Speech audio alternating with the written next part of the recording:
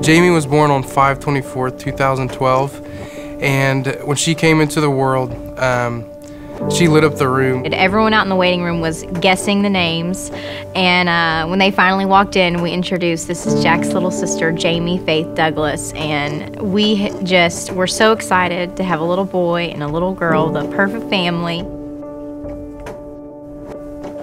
My favorite thing was just always putting her pajamas on and getting her all cozy and bundled up and just holding on to her, because she would just snuggle with you. She would just curl up in your arms and just, you know, kind of just cuddle and be warm. So I always just loved being able to just be close to her and hold her. She always smiled whenever her brother came and played with her or was trying to show her her toys. She always smiled and just lit up, and that always just made us light up. Around 4 months of our daughter's life, we found out that something wasn't right with our daughter. She was unable to hold her head up. And after several events of getting an MRI and several doctor's visits and specialists, we found out that her brain did not develop completely. Being the mother, being the one that carried her for 9 months, a lot went through my head thinking, what did I do? What have I done? In her room, about a month before she was born, I had a picture frame that had, I am fearfully and wonderfully made, and I made you in your mother's womb. And that was above her crib even before she was born. And we constantly look at that and know that God made her the way He wanted her. Shortly after Thanksgiving, we put up a Christmas tree, and Jack would come in the mornings and hit a little button which would turn the Christmas tree on. Her eyes would just, you know, open up, she would smile, and she would just laugh and look at these lights like she wouldn't do for anything else. It was at that moment that we said, we're not gonna take this Christmas tree down until she walks. And right after Easter, she actually went back into the hospital downtown. They said that she had neurological devastation and her brain was just not telling her how to live, how to breathe, how to eat, how to continue just doing the daily functions. While we were there, I was sitting with one of my good friends, Candace, and we were trying to think of, you know, possibly planning a funeral, and very hard conversation. And my friend Candace said, you know, let's talk about dreams. Let's make her a bucket list.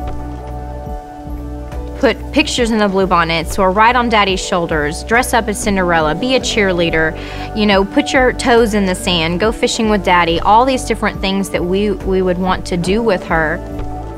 I got to paint her toenails in the hospital for the first time, and we had a tea party, and she got to feel the toes in her sand, in the sand. But it was a really great thing for us to do those things with her, because we didn't know what lied ahead. Shortly after the bucket list, we were able to make arrangements to get her home.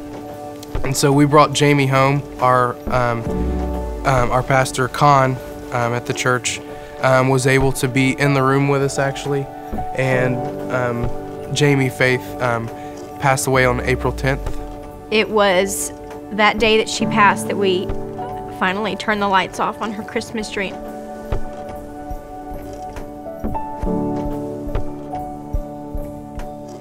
There was a book that I had been reading, More Than a Carpenter by Josh McDowell.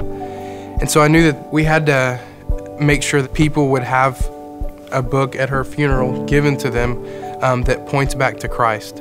And this was part of her legacy.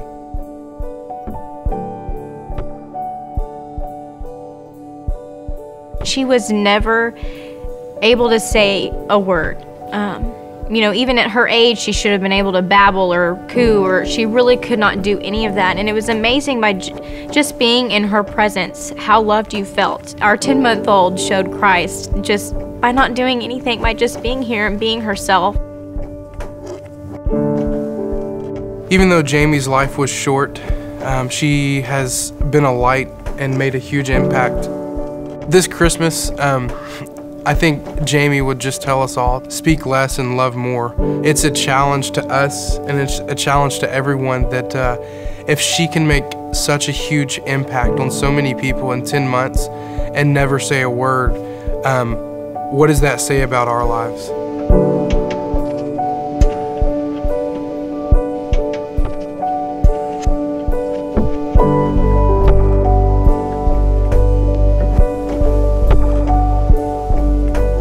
every day we're reminded that God's plan is so much greater than what we have planned for ourselves.